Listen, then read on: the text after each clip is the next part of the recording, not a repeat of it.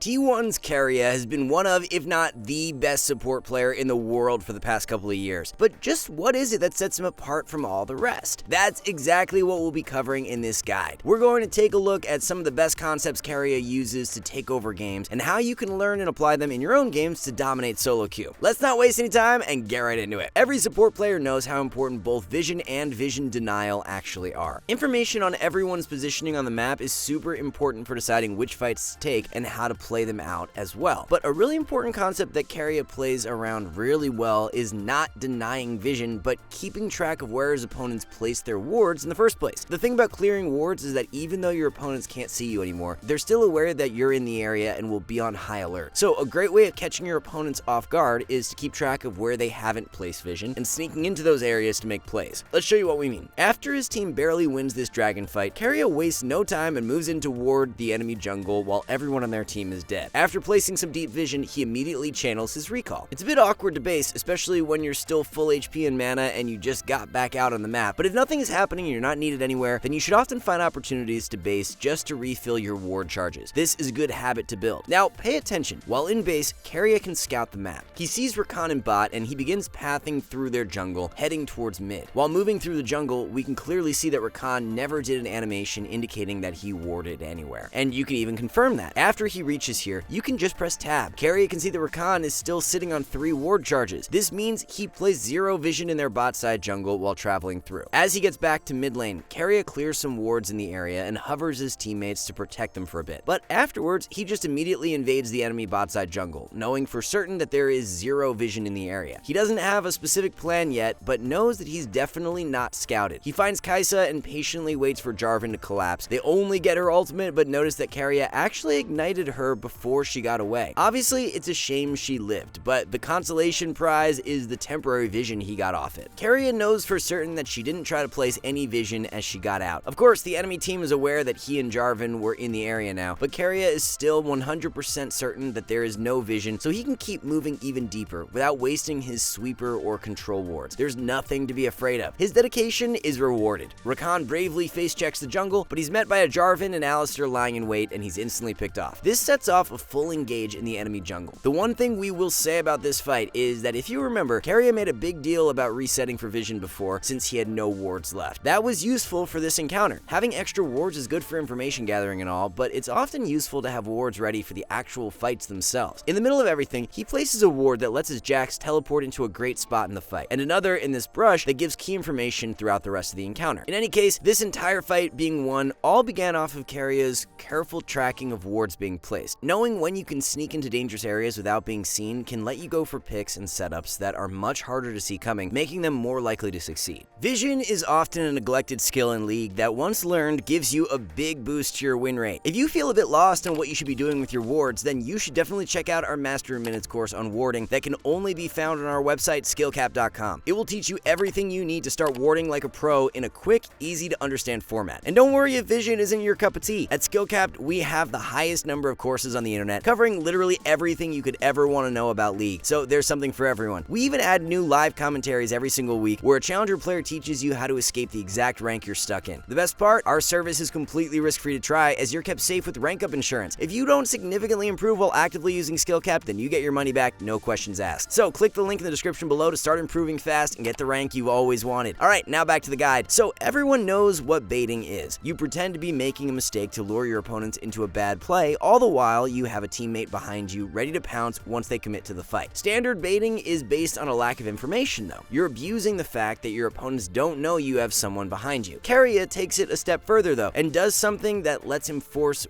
way more fights as a support. The more fights you can force, the more agency you have every game, and the more you can carry. He purposefully does bad engages from time to time to bait his opponents into thinking they can win, even when they shouldn't be engaging. Let's show you an example of what we mean. Playing Rel as he's walking back to lane, we can see the enemy Jarvan around the area, only level 3. Keria knows that his Kha'Zix is level 4 and full HP by comparison. Meanwhile, the enemy bot lane is also relatively low on HP. So what does he do the second he's in lane? He makes an incredibly aggressive play that makes very little sense. This goes against the most basic of engaging rules. He's walking way past the wave, his Kai'Sa is really low and will have a hard time following up. Not only that, but Kha'Zix is way too far to leap in, even if Keria had landed this stun. But here's what he's hoping for. His play is so bad that he's now out of cooldowns and technically stranded on the enemy side of the lane. Jarvan might see this and think this is possible to turn around. He could come into lane and EQ forward to try and kill Keria. That's his goal. Keria thinks they win so long as any fight starts. If Jarvan did that, he'd be fully committed, allowing Kha'Zix to catch up and engage as well. Unfortunately, Jarvan didn't stay in the area and has left, so the play ends for the moment. As Keria backs off, we see that Riven was actually collapsing for a kill, but turns around when the fight is over. But he reassesses the situation here. His Akali was collapsing, even if slightly later than Riven. Again, the condition is met that if a fight starts, his team will win, so he just needs to get it going. So Keria waits a few seconds for Riven to leave and does another sketchy engage. The reason he waited was obviously because if Riven was here, he would have just instantly died. But this way, Riven was far enough away to where she definitely turned back around, but she wouldn't be in range to do anything immediately. Once she enters the lane, notice how Keria kites. If he kites towards his tower and this brush, the play is definitely over and his opponents would retreat. But he continues to bait. He kites towards the alcove. This gives the enemy team hope that they can cut him off and score a kill. He waits patiently for Riven to engage, but unfortunately, she gets the better of him with her Q's knockup. But his job is more than done. At this point, the enemy team have overstayed their welcome and they're cleaned up by Akali and Kha'Zix. To be clear, learning to bait fights this way is not easy, and this is a perfect example of that. He obviously ended up dying, which definitely wasn't in his plans. Baiting fights this way is very much so a fine line between living and successfully baiting or just dying for free. To properly bait your opponents in, you have to make it look convincing to a certain degree or it won't work, and you won't learn how to do that by never taking risks. You need to know exactly how much damage you can tank. You also need to properly factor in how far away your enemies are, as well as how long it'll take your teammates to catch up to the fight. A lot of it is very thin calculations, but the more you practice it, the more you can bait your opponents into the waiting arms of your team for free kills. And by the way, really pushing your limits and seeing what you can get away with doesn't just apply to engaged supports. Caster supports have some of the best payoff in the game for learning how to be in your opponent's face. Not only do they have a range advantage, but they also have powerful spells that can deal a ton of damage or land critical CC on your opponents. But ranged support players tend to be some of the most passive players, leading to a ton of pressure and opportunities lost simply due to being afraid of dying. Let's show you how fearless Keria is, even on a squishy ranged support, and how much pressure you can have by being less afraid and playing more aggressively. At the start of this lane, he's already got a ward down in the enemy lane's brush, so he can play for bush control early on. His opponents come into lane clearing the ward, so he immediately begins a fight, running them down with his range advantage. This prompts Rel to engage. Obviously, their attention is on Kalista, so there is zero reason for Keria to be afraid, so he moves forward and puts pressure with his autos. He continues to do so, unafraid, until this moment. Right now, Kalista is playing really far back, not even in range to hit Rel. This means that she and Keria are not following the parallel positioning rule. Keria is technically 1 versus 2 at the moment, so he falls back. Once he's reached the safety of the brush though, he turns around. That's because there's a big distance between him and Lucian, so he can exert his auto range advantage over Rel, even though Kalista isn't in range to help. Look just how much pressure he has. It can be scary to be up on your own this way, but he's always keeping just the right amount of range so that he can never be engaged on cleanly. This keeps Rel and Lucian zoned, which means they will have a very hard time walking up to the wave to begin laning. So she desperately tries to engage to try and build space for Lucian to walk up, but she misses and is punished on her way out. With Rel's engaged down, look just how aggressively Keria abuses his range advantage. He's super in their face, laying down a barrage of autos either on them or the wave. The enemy bot lane is now screwed. This lane is going to spiral out of control if they don't do something about it. So Rel desperately looks for a flash engage, which Kalista reacts to. They turn to him instead and look at Keria's reaction. Most players panic and run away here, but he actually clicks forward, not backwards. They're so focused on hitting him that Kalista now has space to walk up and start hitting Lucian. And Keria keeps autoing and moving forward right until the last possible second. He flashes away, but Lucian is fully committed to the kill now, flashing after him and barely trading kills. Obviously, this is a good trade since Kalista is left farming in lane, whereas Lucian dies and misses CS. This lane is definitely going to go in their favor now, and hopefully the point is clear now. Keria had so much pressure in this lane, and it's because he was never afraid to be in his opponent's faces. You will not have this level of impact if you play back and are afraid of dying as a caster support. Most people learn to play casters by only trying to learn when they should walk up, when the reality is that you should actually be learning when to back off. It's about maximizing your time in the enemy's face to exert as much control as possible. And if you want to maximize your time to see the most improvement possible, well, there's skillcap.com. Our subscription service not only offers the highest number of courses available online, covering literally everything you could ever want to know about the game, but they're also specifically designed to accelerate your improvement as fast as possible. So click the link in the description below to unlock the most extensive and effective training resource you'll ever find. And that will do it for this one. We here at Skillcap want to thank you for watching, and we'll catch you in the next one.